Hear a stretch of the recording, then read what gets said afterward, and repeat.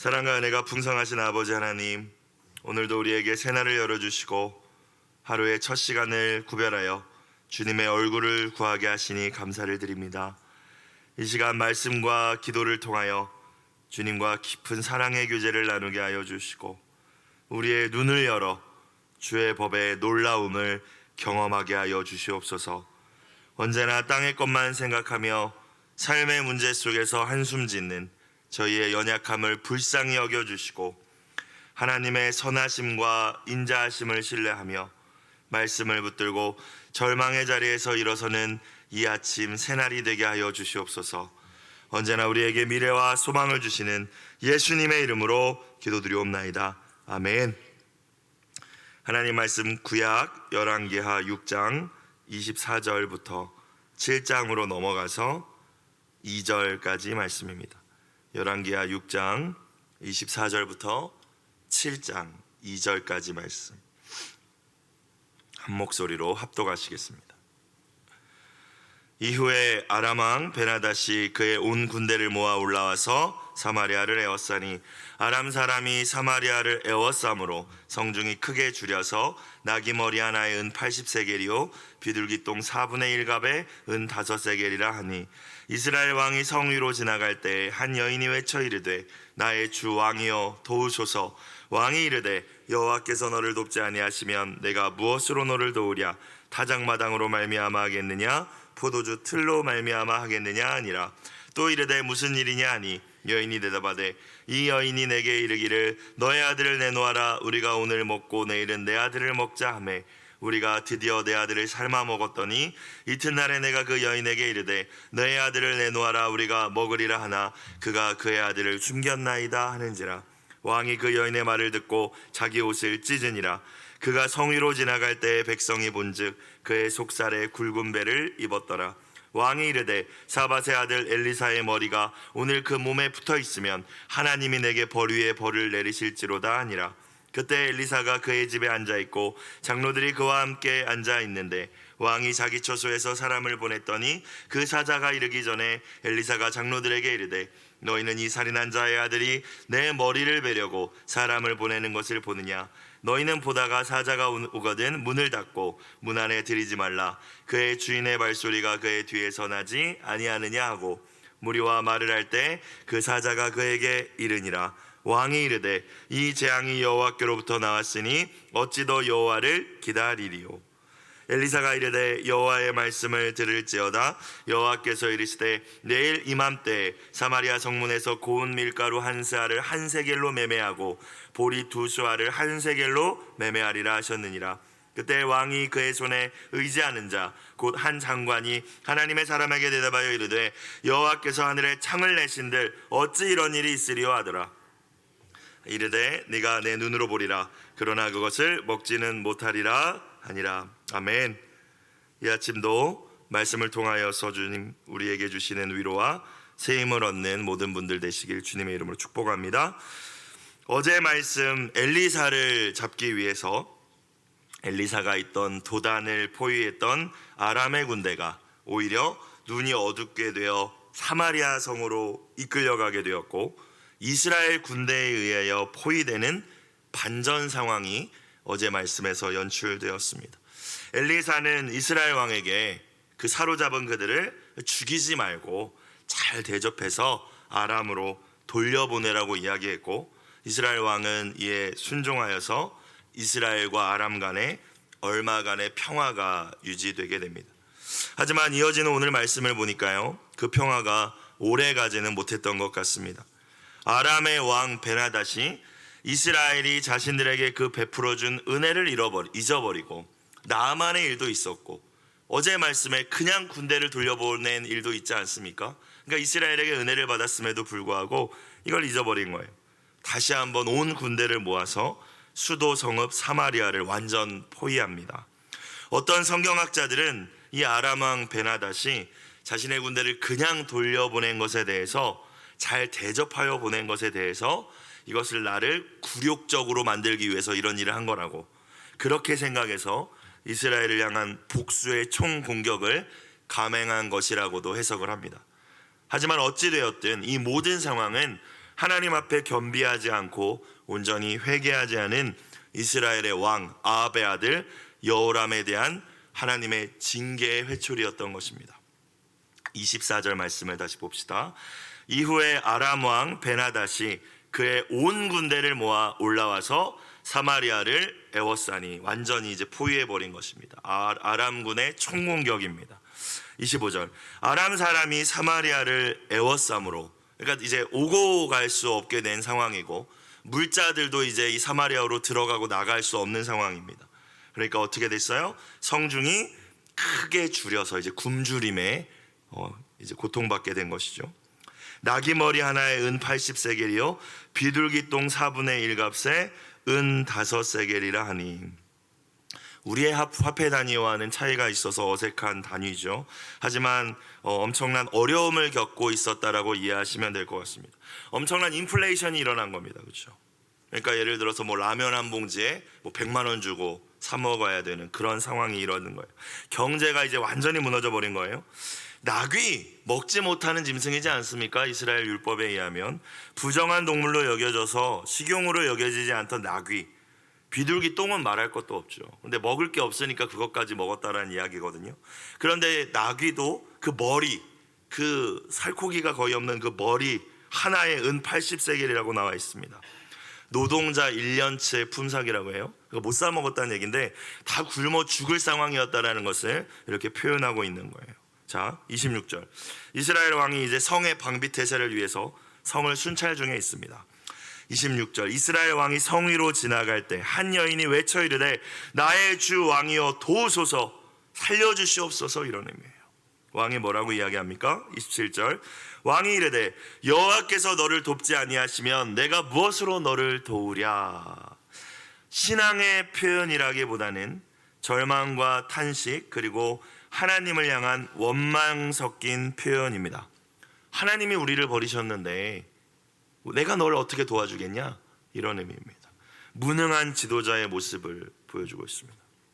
그리고 이 모든 재앙이 자신으로 말미암음은 깨닫지 못하고 있는 것이죠. 하나님이 그냥 우리를 버리셨는데 내가 너를 뭘 도와줄 수 있겠냐. 타작마당으로 말미암아 하겠느냐? 타작마당은 곡식을 상징하고요. 포도주 틀로 말미암아 하겠느냐? 그러니까 너에게 줄 곡식도 포도주도 나는 없는데 왜 나한테 도와달라고 하느냐, 이런 의미입니다. 그런데 사실 보니까 여인은 단지 굶주림에서 벗어나도록 지금 왕에게 도움을 요청한 것이 아니었죠. 28절, 또 이르되 무슨 일이냐 하니 여인이 대답하되, 이 여인이, 그러니까 자기 곁에 있던 어떤 여인인 그 여인을 가리키면서 내게 이르기를 너의 아들을 내놓아라, 우리가 오늘 먹고 내일은 내 아들을 먹자 하며. 29절, 우리가 드디어 배고픔을 참다 내 아들을 삶아 먹었더니 이튿날에 내가 그 여인에게 이르되 너의 아들을 내놓아라, 이제 네 아들 먹을 차례다, 우리가 먹으리라 하나 그가 그의 아들을 숨겼나이다. 그러니까 얼마나 이거 막 분통하고 애통하고 막 지금 절망적이고 비참하고 이런 상황에서 이제 왕이시여 지금 내 상황을 좀 돌봐달라고 외친 거죠. 그러니까 왕을 이걸 돌봐줄 능력이 없습니다. 극심한 굶주림 가운데 살아있는 자식까지 잡아먹는 정말 반인륜적인 범죄가 벌어지고 있는 참상입니다. 그러니까 아람 왕의 군대의 포위가 적어도 3달 이상은 계속되었던 것 같습니다. 어떻게 하나님께서 구별하시고 선택하신 거룩한 나라 이스라엘에 이런 일이 벌어진 것일까요? 레위기 26장 14절 이하에 기록된 저주의 말씀이 있습니다. 그 말씀이 지금 이스라엘에게 그대로 이루어진 것인데요, 이렇게 시작됩니다. 그러나 너희가 내게 청종하지 아니하여 이 모든 명령을 준행하지 아니하며 내 규례를 멸시하며 마음에 내 법도를 싫어하여 내 모든 계명을 준행하지 아니하며 내 언약을 배반할진대 라고 하면서 저주와 재앙이 계속 이제 언급되거든요. 그러니까 하나님과 하나님의 말씀을 떠나 회개하지 않고 계속 고집부린다면 이란 의미입니다. 그러면서 나와 있는 말씀 중에 한 구절이 레위기 26장 26절을 제가 읽겠습니다. 내가 너희가 의뢰하는 양식을 끊을 때에, 양식을 끊어버린다라는 말씀이 있어요. 10 여인이 한 화덕에서 너희 떡을 구워 저울에 달아주리니 너희가 먹어도 배부르지 아니하리라. 그런데 이같이 될지라도 너희가 내게 돌아오지 아니하고 청종하지 아니하고 고집부리고 대항할진대 내가 진노함으로 말미암아 너희 죄로 말미암아 7배나 더 징벌할 것이니 너희가 아들의 살을 먹을 것이요 딸의 살을 먹을 것이다. 레기에 이미 이스라엘 백성이 가나안 땅에 정착하기 이전에 율법을 통하여 주신 말씀입니다. 하나님의 말씀을 버렸기 때문에, 지도자가 하나님의 말씀을 떠났기 때문에, 그리고 끊임없이 말씀하시는 돌아오라 외치는 엘리야 선지자, 엘리사 선지자의 말을 무시했기 때문에 지금 사마리아에, 이스라엘에 이 일이 벌어진 것입니다. 이 이야기를 듣고 왕이 옷을 찢습니다. 회개하는가? 이런 생각이 들기도 하지만 진정한 회개를 한 건 아니었어요. 30절 말씀 봅시다. 왕이 그 여인의 말을 듣고 자기 옷을 찢으니라. 그가 성 위로 지나갈 때 백성이 본즉 그의 속살에 뭐를 입었대요? 굵은 배를 입었더라. 유대인들이 옷을 찢거나 배옷을 입거나 우리랑 좀 우리나라 문화랑 비슷한 것이 있는 것 같아요. 애통, 탄식, 회개의 표현이지 않습니까? 또 머리에 재를 뒤집어 쓴다던가요. 자, 근데 북이스라엘 왕 이 여호람이 사마리아에, 즉 이스라엘에 닥친 이 재앙으로 말미암아 마치 애통하며 회개하는 모습을 보여주는 것처럼 보입니다. 백성들이 잘 보이는, 백성들이 왕을 잘 볼 수 있는 그 성벽 위를 거닐면서 지금 옷을 찢었잖아요. 안쪽에다가 베옷을 입고. 그러니까 백성들이 다 본 거예요. 왕이 저렇게 고통스럽게 회개하고 있구나. 여러분, 그런데 오늘 말씀을 전체적으로 보면 하나님 앞에서 진짜 겸손한 회개를 했다라기보다는 사람들에게 보이기 위한 퍼포먼스였다라는 것을 우리는 발견할 수 있습니다.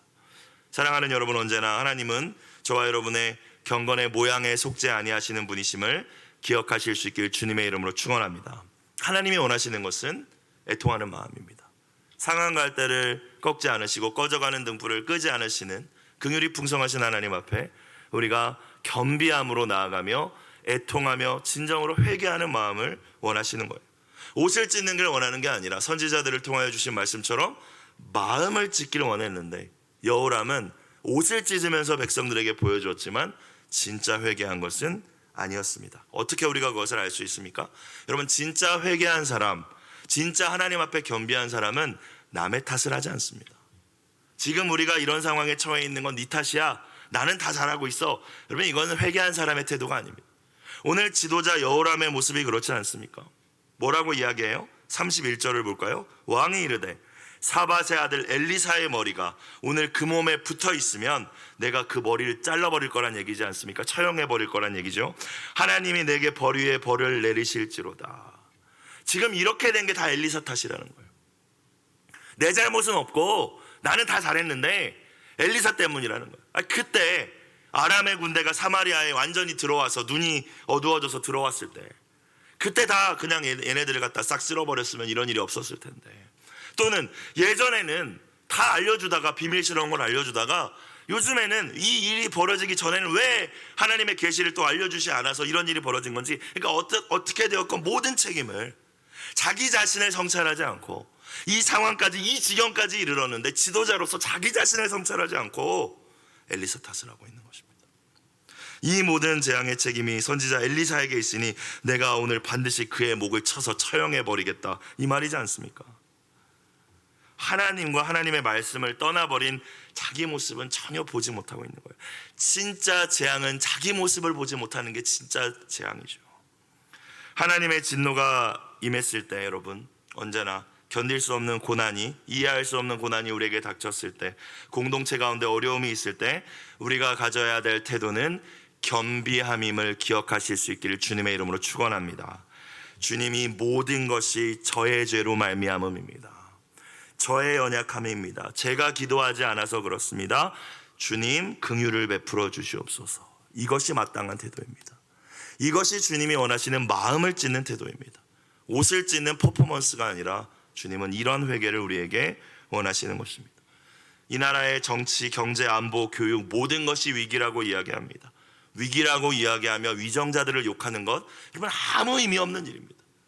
하나님께서 이 땅에 제사장으로 한국교회를 세워주셨는데, 목회자들과 성도들을 세워주셨는데 빛과 소금의 역할을 이 땅에서 감당하라고 사명 주셨는데 우리가 그 역할을 하지 못한 것에 대해서 애통하며 마음을 찢고 주님 나의 죄악입니다, 긍휼을 베풀어 주시옵소서. 이것이 저와 여러분이 이 나라와 민족을 향하여서 마땅히 가져야 할 태도임을 이 아침 깨달으실 수 있기를 주님의 이름으로 축복합니다. 회복은 언제나 거기서 시작되는 거예요. 평양 대부흥 언제 시작됐어요? 선교사 하디 선교사님이 내가 죄인입니다, 내가 여러분을 무시했습니다, 내가 여러분을 더럽고 내가 여러분을 변화되지 않는 사람들을 조선인들이라고 미개하다고 내가 무시했습니다. 그때부터 회개의 불길이 일어나지 않았습니까? 여호람 왕이 엘리사를 처형하기 위하여서 사람을 보냅니다. 32절. 그때 엘리사가 그의 집에 앉아있고 사마리아에 머무르고 있었던 모양이에요. 즉 포위되어 있는 상황이라서 장로들이 그와 함께 앉아있는데 왕이 자기 처소에서 사람을 보냈더니 이제 목 자르려고 보낸 거죠. 그 사자가 도착하기 전에 엘리사가 장로들에게 이르되 너희는 이 살인한 자의 아들이 아합 왕의 아들 여호람을 의미합니다. 내 머리를 베려고 사람을 보내는 것을 보느냐? 너희는 보다가 사자가 오거든 문을 닫고 문 안에 들이지 말라. 그의 주인의 발소리가 그의 뒤에서 나지 아니하느냐. 하나님이 알려주셔서 엘리사에게 모든 걸 알려주셔서 다 알고 있죠. 그런데 여호람 왕이 이 처형하기 위해서 사신을 먼저 보내고, 아마 성경학자들은 여러 가지 해석이 있는데 금방 또 금세 후회해가지고 뒤쫓아왔다는 해석이 있어요. 그러니까 그 모든 걸 지금 엘리사가 알고 있는 거예요. 그러니까 일단 문을 닫아 놓으라는 거죠. 그 사람이 오고 이제 왕이 뒤에 곧 이를 것이기 때문에 33절에 보니까 그렇게 나와 있습니다. 무리가 말을 할 때 그 사자가 먼저 그에게 이르니라. 도착하죠. 그리고 왕이 또 도착합니다. 여호람이 뭐라고 이야기합니까? 이 재앙이 여호와께로부터 나왔으니 어찌 더 여호와를 기다리리요. 어찌 우리가 이 상황에서 하나님의 도우심을 구하겠습니까? 이 재앙이 주님께로부터 말미암은 것인데 내가 어찌 주님께서 우리를 도와주시기만을 기다리겠습니까? 라고 탄식합니다. 엘리사에게 와서 이 모든 재앙과 자녀까지 잡아먹는 이 참상이 하나님으로부터 온 것임을 알았지만, 하나님이 이 재앙을 내리셨음을 알았으면 그 다음에 선택이 뭐 해야 됩니까? 회개의 자리로 나아가 하나님의 은혜를 구하는 것이 돼야 되는데, 여호람의 태도는 무엇입니까? 하나님 우리 버리셨네, 하나님 우리에게 재앙 내리시네, 하나님 우리 싫어버리셨네, 자포자기하면서 그저 소망을 저버리는 태도를 보이고 있죠. 이스라엘을 향해 오래 참으시고 사랑과 긍휼이 풍성하신 하나님을 모르기 때문에 나온 반응입니다. 여러분, 우리가 언제나 하나님을 알지 못하면 오해합니다. 하나님을 알지 못하면 하나님을 향하여 바른 신앙의 태도를 가질 수가 없습니다. 그러면 계속 어두움의 광야의 터널을 지나게 됩니다. 잘못된 신앙의 태도이지 않습니까? 이 재앙이 여호와께로부터 나왔고 이 재앙이 나로 말미암았으니 내가 주님 앞에 회개합니다. 주님 우리를 도와주옵소서. 우리가 주님의 도움을 기다립니다. 이렇게 말해야 되는 여호람이 하나님이 우리를 벌하시고 버리셨는데 이제 뭔 희망이 있겠습니까? 이렇게 이야기하고 있다라는 거예요. 사랑하는 여러분, 나에게 주어진 고난에 대해서 그저 하나님 왜 그러십니까? 하나님 너무하십니다. 원망하며 하나님을 그저 멀리 떠나버린다면 우리는 더 깊고 깊은 어두운 수렁으로 빠져 들어갈 뿐입니다. 내게 허락하신 고난을 순종의 기회로, 회개의 기회로, 하나님을 더 가까이 할 수 있는 기회로 삼으실 수 있는 저와 여러분들 다 되시기를 주님의 이름으로 축복합니다. 언제나 하나님 우리에게 재앙을 주시기 원하시는 분이 아니라, 그 재앙으로 우리의 인생이 끝나기를 원하시는 분이 아니라 미래와 소망을 주시기 원하시는 아버지가 되신다는 사실을 기억하셔야 됩니다. 그게 하나님을 진짜 아는 거죠. 그렇죠? 자, 그런데 7장으로 넘어가게 되면 이 여호람의 패역함에도 불구하고 하나님께서는 자기 백성 이스라엘에게 긍휼을 베푸십니다. 기적적인 방법으로 사마리아를 포위하고 있던 이 아람 군대를 물리쳐 주신 거예요. 그러니까 이제 다시 이 기근이 풀린 거죠. 받을 자격이 없는 자에게 베푸셨던 하나님의 전적인 은혜입니다. 여호람 왕이 돌이키지 않았어요. 회개하지 않았어요. 백성들이 회개하지 않았거든요. 근데 하나님의 마음이 이제는 아프셔서 이제 저들을 그만 때려야겠다, 그저 베풀어 주신 은혜라는 거예요. 하나님의 또한 위대하심을 보여주시면서 내가 이런 하나님이야, 내가 너희의 하나님이야, 이제 우상이 아니라 바알이 아니라 아세라가 아니라 나만 섬기길 원한단다. 하나님 이걸 보여주시면서 다시 돌이킬 수 있는 기회를 이스라엘에게 주신 것이죠. 그것이 7장 1, 2절에 또 내일에 이어지는 말씀입니다. 7장 1절 엘리사가 이르되 여호와의 말씀을 들을지어다. 절망 가운데 있는 분들 이 말씀을 희망의 말씀으로 붙드실 수 있기를 주님의 이름으로 축복합니다. 여호와께서 이르시되 언제요? 내일 이맘때 단 하루를 기다리라는 거예요. 인내함으로 내일 이맘때, 하나님의 때 내일이라는 겁니다. 사마리아 성문에서 이 밀 거래 같은 것들이 이루어졌거든요. 곡식 거래가 고운 밀가루 한 쌀을 한 세겔로 매매하고 보리 두 쌀을 한 세겔로 매매하리라. 거의 거저로, 그러니까 물가가 지금 폭등했는데 이게 물가가 확 떨어져서 거저 그냥 받는 형식으로 이제 곡식이 매매될 거다. 굶주림과 기근이 내일 이맘때에 끝날 거라는 말씀이었습니다. 하나님 말씀. 그런데 이거 이해되지 않잖아요. 여전히 군대가 포위하고 있는 상황이고 나귀머리 하나에 지금 몇백만 원 하고 지금 자식을 잡아먹는 이 참상 속에서 내일 이맘때 하나님께서 이 상황, 우리의 굶주림을 끝내실 거다라는 말씀이 여러분 이 상황 가운데 어떻게 그냥 아멘으로 받아들이기 쉽지 않은 말씀이죠. 자, 그런데 2절 볼까요? 그때 왕이 그의 손에 의지하는 자, 그러니까 왕의 측근, 고관이라는 거예요. 권력 가지고 있고 명예 가지고 있고 뭐 돈도 있었겠죠. 한 장관이 선지자 엘리사 하나님의 사람에게 뭐라고 이야기합니까? 여호와께서 하늘에 창을 내신들 어찌 이런 일이 있으리요? 그런 일은 없을 거야 라는 거죠. 하나님이 그렇게 하신다고? 어떻게 그렇게 하실 수 있겠어? 불신의 말을 던집니다. 조롱 섞어서 던집니다. 하나님의 말씀에 대해서. 여러분, 하나님이 전하시는 주의 종들을 통해서 선포하게 하시는 말씀에 혹여나 이런 태도로 반응하신 적은 없으십니까? 그게 가능하겠어? 때로는 비난과 조롱 섞인 태도로. 엘리사가 뭐라고 대답합니까? 이 장관에게 네가 네 눈으로 볼 것이지만 너는 못 먹을 거야 라고 이야기합니다. 이게 내일 말씀이거든요. 다음 날 엘리사가 이야기한 그 하나님의 말씀대로 사마리아 성문에서 말도 안 되는 가격으로 밀가루와 보리 등 곡물이 매매되고 기근과 굶주림은 끝납니다. 하나님께서 이 사마리아를 포위하고 있던 아람 군대에게 병거와 큰 군대가 쳐들어오는 것과 같은 소리를 듣게 하셨어요. 이거 하나님이 하신 일이죠. 기적이죠. 천둥번개 우레소리 같은 소리를 듣게 하시니까 아람 군대가 어디서 이스라엘을 도와주러 무슨 동맹군들이 쳐들어오나 보다, 우리가 괜히 포위될까 두렵다, 빨리 도망가자. 가지고 온 것들 물품들 다 내려놓고 빨리 도망갔어요. 아람으로. 그러니까 이 아람의 보급품과 물자들이 그대로 그 진영에 있게 된 것입니다. 그래서 가가지고 그냥 그걸 다 갖고 온 거예요. 그러니까 굶주림이 정말 기근이 하루 만에 사라져버린 거예요. 누가 하신 일입니까? 하나님이 하신 일이죠. 말씀대로 이루신 일인 줄로 믿습니다. 그런데 오늘 말씀 7장 2절에 나와 있는 이 한 장관처럼 하나님의 말씀에 대하여 비아냥거리며 불신하며 부정적으로 이야기했던 이 사람은 엘리사의 말대로 그걸 눈으로 보았지만, 이스라엘의 사마리아의 경제가 회복되는 걸 보았지만 먹지는 못하고 백성들에게 짓밟혀 죽습니다. 여러분, 믿음이 무엇입니까? 말씀 앞에 우리의 반응이 믿음임을 기억하실 수 있길 주님의 이름으로 축복합니다. 반응이 뭘까요? 뭘로 반응합니까? 우리는 말씀 앞에 말과 행동으로 반응하죠. 행동으로 하면 순종이고요, 또 말씀을 듣고 우리가 말을 하지 않습니까? 민수기의 말씀을 보면 원망 불평하는 이스라엘 백성들에게 하나님 뭐라고 말씀하십니까? 내 귀에 들린 대로 너에게 행하겠다 말씀하십니다. 청년들 가운데 저에게 와서 목사님 저는 취업이 안 될 것 같아요, 목사님 저는 결혼을 못할 것 같아요, 그렇게 말하지 말라고 이야기합니다. 하나님 듣고 계시는데 믿음의 말을 해야지.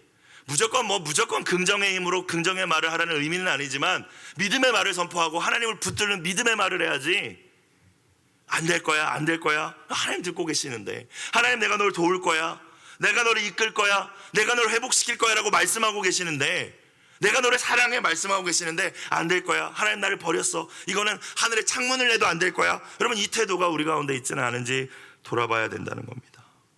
오늘 하나님이 조건 없이 베푸시는 은혜에 대하여 불신과 비아냥으로 반응한 이 장관은 그의 말대로 그 은혜를 누리지 못하고 죽게 되었죠.